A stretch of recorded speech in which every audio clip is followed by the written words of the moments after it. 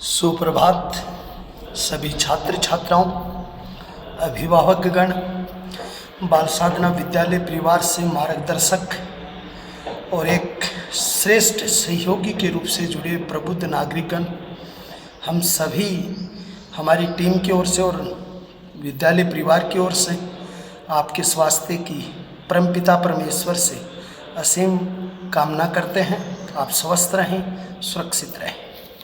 आज का हमारा जो टॉपिक था वो अध्याय नंबर 2 में एक अति महत्वपूर्ण कंपटीशन का टॉपिक भी है और अति महत्वपूर्ण टॉपिक है ये, जो आपके परीक्षा के दृष्टिकोण से भी काफ़ी महत्वपूर्ण है। तो इस टॉपिक के बारे में हम आपको बड़े विस्तार से बताते हैं और वो जो टॉपिक है वो महाराणा प्रताप के बारे में है।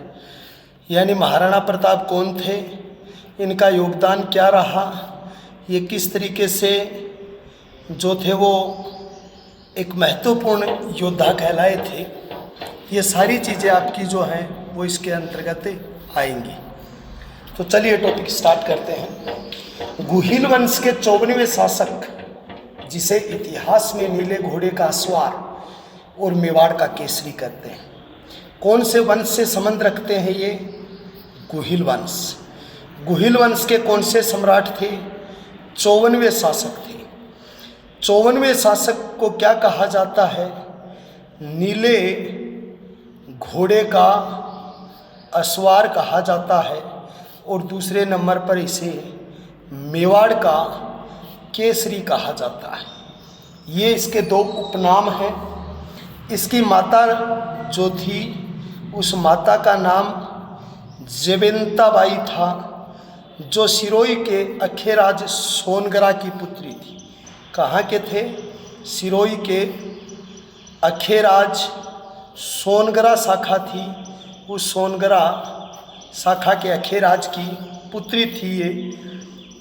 और इनके पिता का नाम उदय सिंह था। यानी जो महाराणा प्रताप हैं उनके पिताश्री जो थे उसके पिता का नाम उदय सिंह था। इनके बचपन का नाम कीका था। जो स्वयं महाराणा प्रताप थे उसमें बचपन का नाम कीका था और कीका शब्द का अर्थ होता है छोटा बालक, जो छोटे बालक के रूप में इसका नाम आता था। इसका बचपन कुंभलगढ़ किले में बीता था। यानी हमारा जो कुंभलगढ़ एक महत्वपूर्ण है वहाँ पर इसका बचपन बीता था। उसी कुंभलगढ़ किले के बादल महल में, कौन से महल में? बादल महल में। और बादल महल का भी एक भाग है जूना चेरी, उसके अंतर्गत महाराणा प्रताप का जन्म हुआ था। और महाराणा प्रताप का जन्म 9 मई 1540 ईस्वी को हुआ था। और महाराणा प्रताप का जन्म होते ही उदय सिंह के ज्येष्ठ पुत्र होने का गौरव इसे प्राप्त हुआ था। लेकिन महाराणा प्रताप का जो विवाह है वह विवाह हुआ था 1557 ईस्वी के अंतर्गत। और विवाह हुआ था अजबदे पंवार नाम की जो महिला थी, उस महिला से, जो योग्य राजपूत क्षेत्रियाणी थी, उससे इनका विवाह हुआ था। इसी अजबदे पंवार से 16 मार्च 1559 ईस्वी को इसे एक पुत्र रत्न प्राप्ति हुई थी और उस पुत्र का नाम इसने रखा था अमर सिंह। उसका नामकरण किया गया था। कहा जाता है कि 28 फरवरी सन 1572 ईस्वी को होली का दिन था और होली के दिन उदय सिंह का देहांत हो गया था। उदय सिंह की मृत्यु हो गई थी। तो ज्येष्ठ पुत्र जो थे वो महाराणा प्रताप थे, लेकिन उदय सिंह की एक प्रिय रानी थी। उदय सिंह की क्या थी? प्रिय रानी थी। प्रिय रानी का नाम था भटियाणी। उसके प्रभाव में आकर या उसके कहने पर प्रभाव में आकर छोटे पुत्र जगमाल को अपना उत्तराधिकारी घोषित किया था। आकर जो जगमाल है उसको उत्तराधिकारी घोषित किया गया था। लेकिन राज दरबार के जितने भी दरबारी थे, वरिष्ठ सामंत थे, वरिष्ठ लोग थे, वो ऐसा नहीं चाहते थे। वो चाहते थे कि महाराणा प्रताप ही योग्य है, वो ज्येष्ठ भी है, तो राजा वही बनना चाहिए। इसलिए बाकी दरबारी इस बात को नहीं चाहते थे। इसलिए उदय सिंह का पहले दाह संस्कार किया, तो उदय सिंह का दाह संस्कार किया गया गोगुंदा क्षेत्र में। तो उदय सिंह का दाह संस्कार किया पहले, दाह संस्कार के बाद में औपचारिक राज्याभिषेक किया। राज्याभिषेक किया प्रताप का, औपचारिक राज्याभिषेक किया। कहाँ किया? महादेव बावड़ी पर किया गया था। ये एक बावड़ी थी महादेव बावड़ी, वहाँ महादेव बावड़ी पर उसका औपचारिक राज्याभिषेक हुआ। उदय सिंह के 100 दिन के पूरे करने के बाद, पूरा जब यानी कहने का मतलब 100 पूरा हो गया था, उसके बाद उसका वास्तविक राज्याभिषेक उसका किया गया था मार्च 1572 ईस्वी में। और मार्च 1572 ईस्वी के अंतर्गत जब उसका राज्याभिषेक किया गया था, वो मार्च 1572 को राज्याभिषेक हुआ उसका। और ये जो मार्च 1572 ईस्वी को राज्याभिषेक उसका किया गया था, उसका कुंभलगढ़ में हुआ। कुंभलगढ़ में हुआ। राज तिलक इसका किसने किया था? तो राज तिलक कृष्ण दास चूड़ावत थे। उस कृष्ण दास चूड़ावत ने इसका राज्याभिषेक किया था, या इसको शाही तलवार बांधी थी इसके, वो काम किसने किया था? वो कृष्ण दास चूड़ावत के द्वारा किया गया था। कहा जाता है कि अकबर जो था वो ये चाहता था कि राजस्थानी राजपूत मेरी अधीनता स्वीकार करें, लेकिन महाराणा प्रताप की कुशलता और योग्यता के बारे में नहीं जानता था। अकबर ने एक प्रयास किया था, मुगल बादशाह ने 1570 ईस्वी में एक अधिवेशन बुलाया था, और उस अधिवेशन का नाम था नागौर अधिवेशन। और इस नागौर अधिवेशन का उद्देश्य ये था कि मैं राजस्थानी जो राजपूत हैं उनको मैं मेरे अधीन लाऊं, मैं अधीनता स्वीकार करवाऊं। जैसलमेर के, बीकानेर के, रणथंभौर के बहुत सारे राजा उपस्थित हुए, अधीनता भी स्वीकार की, लेकिन अकबर ने इस अधिवेशन में भाग नहीं लिया। और ये अकबर के लिए एक बड़ी चुनौती थी। अकबर ने सोचा कोई बात नहीं, भाग नहीं लिया, लेकिन ये मेरी अधीनता स्वीकार कर लेगा। इसलिए अकबर एक बुद्धिजीवी व्यक्ति था, इसलिए उसने कूटनीतिक प्रयासों का सहारा लिया। कूटनीतिक प्रयासों का मतलब होता है उसके पास मैत्री संबंध भेजे, मित्रता की बात कही, ताकि कैसे भी ये हमारे अधीन आ सके। उसने सबसे पहले कूटनीतिक प्रयासों के अंतर्गत नवंबर 1572 ईस्वी को भेजा था। किसको? जलाल खां कोची को भेजा था। और जलाल खां कोची जाने वाला पहला व्यक्ति भी था, पहला मुस्लिम भी था, या उसके पहले शिष्टमंडल का प्रधान भी था। दूसरा शिष्टमंडल भेजा जून 1573 ईस्वी के अंतर्गत मान सिंह को। और मान सिंह को उस समय भेजा था, ये प्रथम हिंदू ओब्लिक राजपूत था जो उसके शिष्टमंडल में गया। कहते हैं कि मान सिंह से उदय सागर झील की पाल पर मुलाकात की, लेकिन जब रात्रि काल का भोज हुआ तो उसमें प्रताप ने अमर सिंह को भेज दिया, खुद नहीं हुआ, जिससे मान सिंह ने अपना अपमान समझा कि ये लोग ये चाहते हैं कि हमने मुगलों से वैवाहिक संबंध कर लिया, अब इनके बराबरी के नहीं रहे। इससे मान सिंह क्या हो गया था? रुष्ट हो गया था।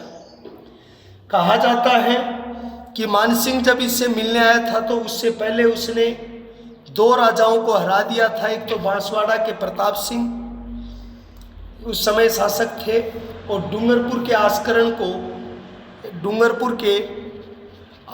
को मान सिंह ने हरा दिया था। कौन से युद्ध में हराया था? सरनाल के युद्ध में हरा दिया था।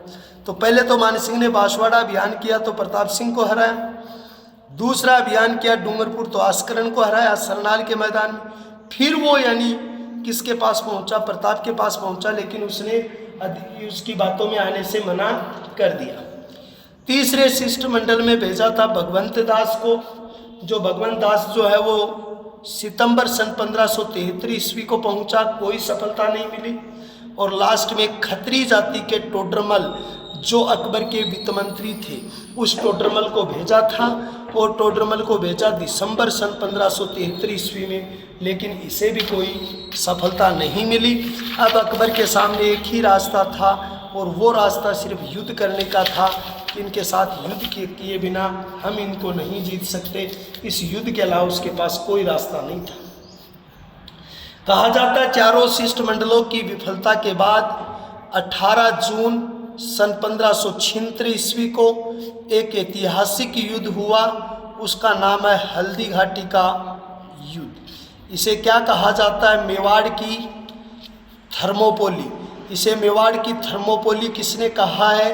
तो आप यहाँ लिखेंगे कर्नल टोड ने। इसे गोगुंदा का युद्ध भी कहा है, तो गोगुंदा का युद्ध इसे किसने कहा है? तो आप यहाँ लिखेंगे बदायूनी ने। इसे खमनोर का युद्ध भी कहा है, तो खमनोर का युद्ध किसने कहा है? तो इसके नीचे लिखोगे आप अबुल फजल ने। ये 3-4 नाम है इसके इतिहास में। ये युद्ध किस किस के बीच हुआ? अकबर और दूसरी तरफ कौन था? प्रताप था। दोनों के बीच युद्ध हुआ था। अकबर की सेना के सेनापति कौन थे? मानसिंह, आसफ खां, ये इसके प्रधान सेनापति थे। लेकिन दूसरी तरफ प्रताप के सेनापति झाला बिद्दा थे, हाकिम खां सूरी थे जो यानी उसके थे, और भीलों का नेतृत्व पुंजा भील कर रहे थे। कौन पुंजा भील कर रहे थे? ये 3 व्यक्ति इसकी सेना में थे, और ये 2 आदमी इसकी सेना का नेतृत्व कर रहे थे। महाराणा प्रताप के पास अकबर से सिर्फ 1/3 सेना ही थी, सेना कम थी। महाराणा प्रताप का घोड़ा था, उस घोड़े का नाम था चेतक, और इसकी सेना में घोड़े ज़्यादा थे, और वो काठियावाड़ के घोड़े थे। त्राटक नाम का जो घोड़ा था, वो त्राटक नाम का घोड़ा किसके पास था? शक्ति सिंह के पास था। दूसरी बात, प्रताप के पास एक हाथी था जिसका नाम राम प्रसाद था, जिसको बाद में अकबर ले गया था, और अकबर ने इसका नाम रामपीर रख दिया था। और उसके बाद गजराज था, उसके पास सोनू था। लेकिन अकबर के पास हाथी था, हवाई था, लूणा था और मर्दाना था। मर्दाना हाथी से नेतृत्व कौन कर रहा था? मानसिंह कर रहा था। हवाई हाथी पर स्वयं अकबर थे, और लूणा हाथी थे इनके पास। इनके पास राम प्रसाद था, अकबर ले जाके रामपीर नाम रखा। गजराज और सोनू थे। चेतक घोड़ा था, त्राटक शक्ति। लेकिन शक्ति सिंह था वो मुगलों की ओर से युद्ध लड़ रहा था। ये बात आपको ध्यान में रखनी होगी कि शक्ति सिंह जो था वो यानी कि किसकी ओर से युद्ध लड़ रहा था? मुगलों की ओर से युद्ध लड़ रहा था, या मुगल सेना की ओर से युद्ध में भाग लिया था।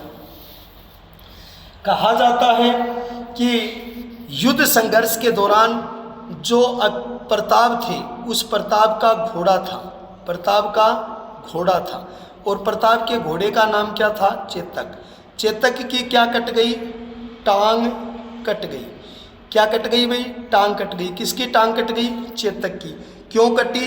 क्योंकि जो मानसिंह का मर्दाना हाथी है उसकी सूंड पे उसने पैर धरे, और जिससे मानसिंह के वार से उसकी टांग कट गई।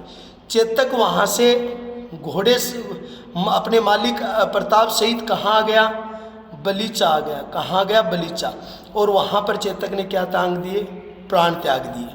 प्राण। बलीचा में इसका स्मारक बना हुआ है, और चेतक की छतरी बनी हुई है, वो हल्दी घाटी में बनी हुई है। अब महाराणा प्रताप का पीछा किया किसने? 2 मुगल सेनापतियों ने। किसने किया? मुगल सेनानियों ने किया। सैनिकों ने कर सकते हो, सैनिकों ने पीछा किया। लेकिन जब सैनिकों को पीछा करते हुए किसने देख लिया? शक्ति सिंह ने देख लिया। किसने देख लिया भाई? शक्ति सिंह ने उनका पीछा करते हुए उनको देख लिया। तो शक्ति सिंह ने क्या किया कि उनका पीछा किया। पहले दोनों मुगल सैनिकों को मारा, उसके बाद अपना घोड़ा जो था त्राटक, वो घोड़ा किसको दे दिया? प्रताप को दे दिया, और उसके पैर पकड़कर उससे माफ़ी मांगी कि मेरी गलती होगी, हम मुगलों की शरण में चल गए।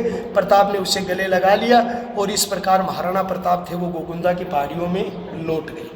हमें इस बात की अगर जानकारी कोई देता है तो वो एक पुस्तक देती है, और उस पुस्तक का नाम है अमर काव्य वंशावली नाम की पुस्तक है, वो हमें जानकारी देती है।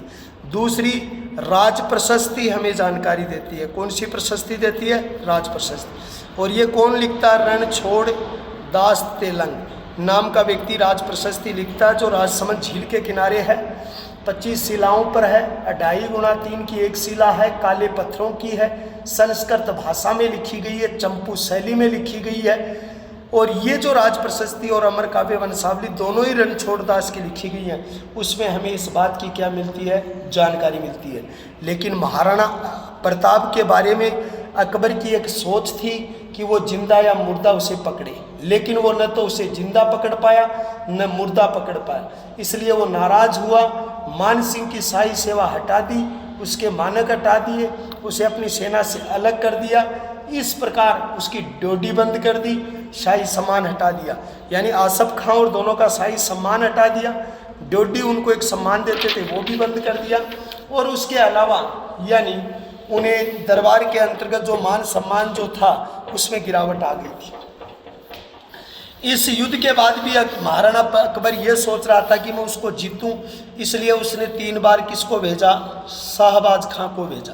शाहबाज खां को पहली बार 1777 ईस्वी के अंतर्गत भेजा, दूसरी बार उसने पहले फरवरी 1777 में भेजा, फिर अक्टूबर 1577 में भेजा, 1577 अक्टूबर में, एक ही साल में 2 बार, पहली बार फरवरी में, दूसरी बार अक्टूबर में।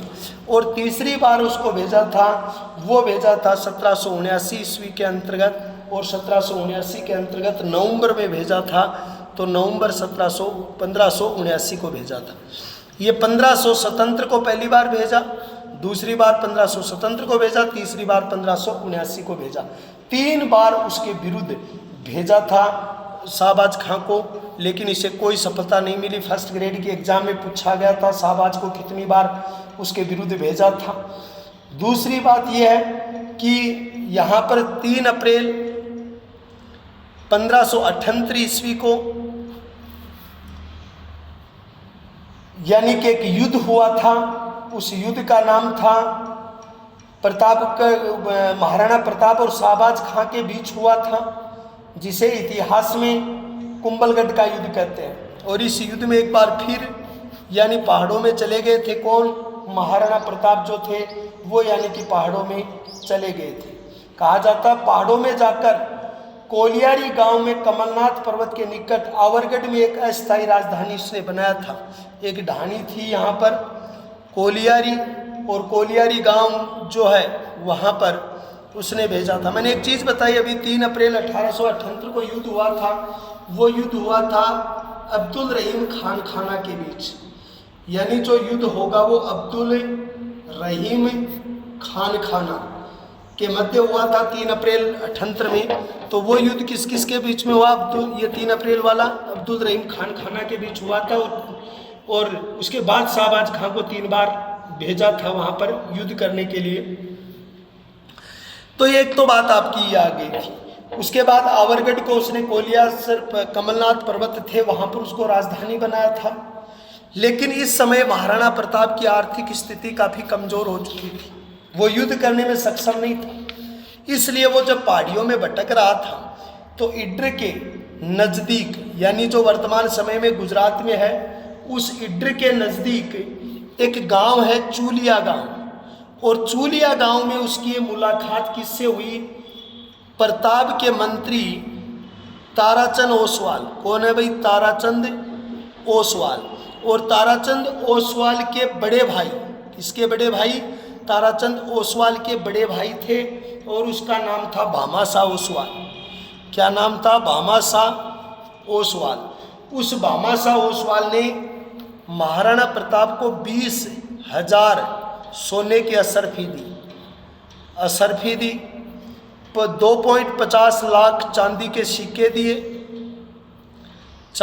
सिक्के दिए, उसको ढालोक रियासत दी। कहते हैं कि उसने इतना सारा धन दिया, अगर अकबर प्रताप चाहे तो 12 वर्ष तक अपनी सेना का संचालन कर सकता है। 12 वर्ष तक किसी बिना बात के वो अपनी सेना को आगे बढ़ा सकता है। तो 12 वर्ष तक अपनी सेना का संचालन करने जितनी ताकत या शक्ति उसको दी थी। और यही कारण है इसे मेवाड़ का दानवीर कहते हैं। भामाशाह को मेवाड़ का कर्ण कहते हैं, दानवीर के नाम से और कर्ण के नाम से इतिहास में क्या हुआ है, प्रसिद्ध हुआ है। 1580 ईस्वी के अंतर्गत फिर अभियान किया था अब्दुल रहीम खान खाना के विरुद्ध। खान खाना को दोबारा भेजा, कोई सफलता। अंतिम अभियान अकबर ने किया था वो 5 दिसंबर सन 1585 ईस्वी को, और वो भेजा था जगन्नाथ कछावत को भेजा था। और जगन्नाथ कछावत को अंतिम अभियान था। इसके बाद उसने किसी को नहीं भेजा। महाराणा प्रताप से दुखी हो चुका था अकबर कि अब ये मेरे वश में नहीं आएगा, इसलिए किसी ने किसी को नहीं भेजा। लेकिन 1585 ईस्वी के अंतर्गत 1585 ईस्वी के अंतर्गत महाराणा प्रताप ने अपना पश्चिमी और दक्षिणी भाग, जो 56 का मैदान था, एक तो दक्षिणी पश्चिमी भाग, और ये दक्षिणी और पश्चिमी भाग जो किसके नाम से प्रसिद्ध था, 56 का मैदान जो था, उस 56 के मैदान को विजित किया। और 56 के मैदान को विजित कर यहाँ पर एक शासक था लूणा चावंड, उस लूणा चावंड को पराजित किया। दोबारा देखिए, थोड़ा सा अटपटा हो गया। 1585 में जगन्नाथ कछावत के नेतृत्व में अकबर ने अंतिम अभियान किया। दक्षिणी पश्चिमी भाग जो 56 का मैदान था, वहाँ पर लूणा चावंड का शासन, उसको पराजित किया और वहाँ पर अपनी एक नई राजधानी बनाया। चावंड को नई राजधानी के रूप में बनाया और ये नई राजधानी जो थी वो 28 वर्ष तक राजधानी रही। 28 वर्ष तक राजधानी रही किसकी, महाराणा प्रताप की। वहाँ पर एक मंदिर बनवाया, चामुंडा माता का मंदिर, माता का मंदिर प्रताप ने बनवाया था। प्रताप के जो दरबारी कवि थे उसमें चक्रपणि मिश्र थे, और चक्रपणि मिश्र ने एक पुस्तक लिखी थी मुहूर्तमाला, विश्व वल्लभ नाम की पुस्तक उसने लिखी थी।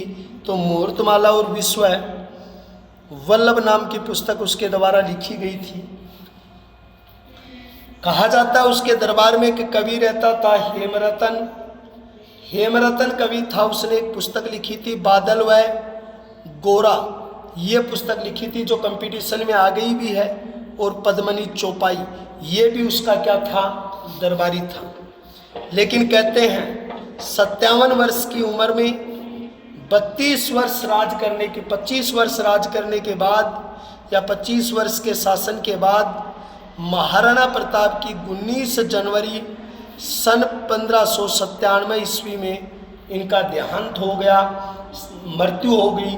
कहाँ हुई मृत्यु इनकी, चावंड में मृत्यु हुई। और इनका दाह संस्कार कहाँ किया गया, बांडोली में किया गया था। और बांडोली में इनकी क्या बनी हुई है, छतरी बनी हुई है, या बांडोली में इसकी 8 स्तंभों की छतरी है, जो एक बार प्रश्न पूछ भी लिया गया था, क्योंकि इस टॉपिक से बहुत प्रश्न यहाँ से आते हैं।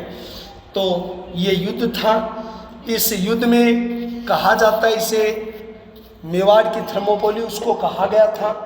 लेकिन 1582 ईस्वी के अंतर्गत अकबर ने अपने सेनापति सुल्तान खां को भेजा था, और सुल्तान खां के बीच और प्रताप के बीच एक युद्ध हुआ था। उस युद्ध को दिवेर का युद्ध कहते हैं। उस युद्ध को क्या कहते हैं, दिवेर का युद्ध कहते हैं। इस दिवेर के युद्ध में मुगल सेनापति था सुल्तान खां और एक तरफ था प्रताप। दोनों पर भयानक युद्ध हुआ। इसमें प्रताप विजयी रहा और सुल्तान खां हार गया। इसे मेवाड़ का क्या कहते हैं, मेवाड़ का मैराथन कहते हैं। और मेवाड़ का मैराथन भी किसने कहा, इसे कर्नल टोड जो हैं, उस कर्नल टोड ने इसे मेवाड़ के मैराथन के नाम से संबोधित किया है। कहा जाता है कि जब अकबर की प्रताप की मौत हुई तो वहाँ पर दुर्शाहड़ा नामक कवि थे। तो उस दुर्शाहड़ा कवि दरबार में जब मौजूद थे अकबर के, तो यानी जब समाचार मिलने पर उसने कहा, क्या कहा, अस लोगों अणदाग, अस लोगों अणदाग, पाग लगो अण, नामी गहलो तराना जीत गयो, दसन मूद रसना उसी निशान, मूक मारीता मर्त सा प्रताप। कि कहने का मतलब ये था कि अपने घोड़ों को उसने दाग नहीं लगने दिया, वो गहलोत राणा जो हैं वो जीत गए। आज वो मृत्यु को प्राप्त हो गए, लेकिन वो जीवन के रूप में ही जीत गए, उनको कभी कोई पराजित नहीं कर सका। ऐसे शब्दावली यानी उन समय प्रस्तुत की गई थी। महाराणा प्रताप जो थे उनकी शब्दावली के रूप में इनका जो उल्लेख जो किया गया था वो इस तरीके से था। लेकिन महाराणा प्रताप जो है उनके बाद में एक शासक और आते हैं जो इस महाराणा प्रताप के समकालीन ही माने जाते हैं, रावचंद्र सेन। ये रावचंद्र सेन थे, ये किसके पुत्र थे? मालदेव के पुत्र थे। और मालदेव कहाँ के राजा थे? मारवाड़ के राजा थे। इस मालदेव को फारसी इतिहासकार क्या कहते हैं? जो फारसी इतिहासकार हुए हैं वो इसे हसमत वाला राजा कहते हैं, या हसमत वाले राजा के नाम से इसको संबोधन दिया जाता है। कहते हैं कि मालदेव इसके पिता थे रावचंद्र सेन के, माता इसकी स्वरूपदे थी। लेकिन रावचंद्र सेन मालदेव के ज्येष्ठ पुत्र नहीं थे, लेकिन इसमें योग्य गुण थे। अच्छा प्रशासक था, सुयोग्य संचालक था, एक योग्य प्रशासनिक प्रतिनिधि था। इसलिए यानी कि रावचंद्र सेन जो थे उसने स्वीकार किया, मालदेव ने स्वीकार किया कि मेरा उत्तराधिकारी कौन बनेगा? रावचंद्र सेन ही बनेगा। राव मालदेव की मृत्यु कब हुई? 31 दिसंबर 1662 ईस्वी को इसकी मृत्यु हो गई। कब हुई भाई? 31 दिसंबर 1662 ईस्वी को इसकी मृत्यु हो गई। क्या हुई?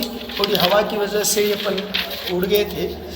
यानी 31 दिसंबर 1662 ईस्वी को 62 ईस्वी को इसकी मौत हो गई। रावचंद्र सेन को दरबारियों ने और मालदेव की इच्छा के अनुसार राजा बनाया, लेकिन इसके दो भाई और थे, एक तो राम और एक उदय सिंह। राम ने एक जगह विद्रोह किया दोनडा में, उस विद्रोह को इसने दबा दिया रावचंद्र सेन ने। उदय सिंह था उसके बीच और रावचंद्र सेन के बीच 1563 ईस्वी में एक युद्ध हुआ, लोहावट का युद्ध। और लोहावट का जो युद्ध हुआ था उस युद्ध में रावचंद्र सेन जो थे वो क्या रहे? विजित रहे, और यानी कि मोटा राजा उदय सिंह हार गए। मोटा राजा उदय सिंह कहाँ चले गए? अकबर के दरबार चले गए, और अकबर के दरबार जाकर उसने अकबर की अधीनता स्वीकार कर ली। अकबर ने इस उदय सिंह को एक पदवी दी, मोटा राजा की पदवी दी। और अकबर ने अपनी पुत्री भानुमती ओबलिक जोधाबाई की शादी किसके साथ कर दी थी? जहांगीर के साथ कर दी थी। जोधपुर का पहला राजा था जिसने मुगलों से वैवाहिक संबंध स्थापित किया था। ये यहाँ पर उसमें आता तो ये उसकी शरण में चला गया था। लेकिन कहा जाता है कि रावचंद्र सेन था वो राणा प्रताप का अग्रगामी था। रावचंद्र सेन जो था वो राणा प्रताप का क्या था भाई? रावचंद्र सेन राणा प्रताप का अग्रगामी था। रावचंद्र सेन क्या था भाई? राणा प्रताप जो थे उस राणा प्रताप का अग्रगामी था। इसे इतिहास में अग्रगामी था, इसे इतिहास में भूला बिसरा सम्राट कहते हैं। भूला बिसरा सम्राट कहते हैं इसे। प्रताप मारवाड़ का विस्तृत नायक कहते हैं। विस्तृत नायक कहते हैं, मारवाड़ का विस्तृत नायक कहते हैं, भूला बिसरा सम्राट कहते हैं, मारवाड़ प्रताप का अग्रगामी कहते हैं, मारवाड़ का नायक कहते हैं। कई नामों से इसका इतिहास में उल्लेख होता है। अभी मैंने थोड़ी देर पहले जिक्र किया था कि 1570 ईस्वी में अकबर ने राजस्थानी राजपूतों से अधीनता स्वीकार करवाने के लिए एक अधिवेशन बुलाया था, नागौर अधिवेशन। राजस्थान के जैसलमेर, बीकानेर, रणथंभौर के राजा उपस्थित भी हुए, अधीनता स्वीकार कर ली। रावचंद्र सेन उपस्थित हुए, लेकिन बात जब अधीनता की आई तो उसने उसका क्या कर दिया था? विरोध कर दिया था, वहाँ पर नहीं गए थे। उसके बाद रावचंद्र सेन भद्राजून चले गए। उसके भद्राजून जाने के बाद में रावचंद्र सेन शिवाना चले गए, यानी पहाड़ियों में भटकते रहे। लेकिन इनकी अनुपस्थिति के अंतर्गत जोधपुर की सूबेदारी किसको दे दी गई थी? जोधपुर की सूबेदारी पहले राज सिंह को दी, फिर हुसैन कुल्ली खां को दी, लेकिन कभी भी यानी रावचंद्र सेन था वो उनके हाथ नहीं आया था।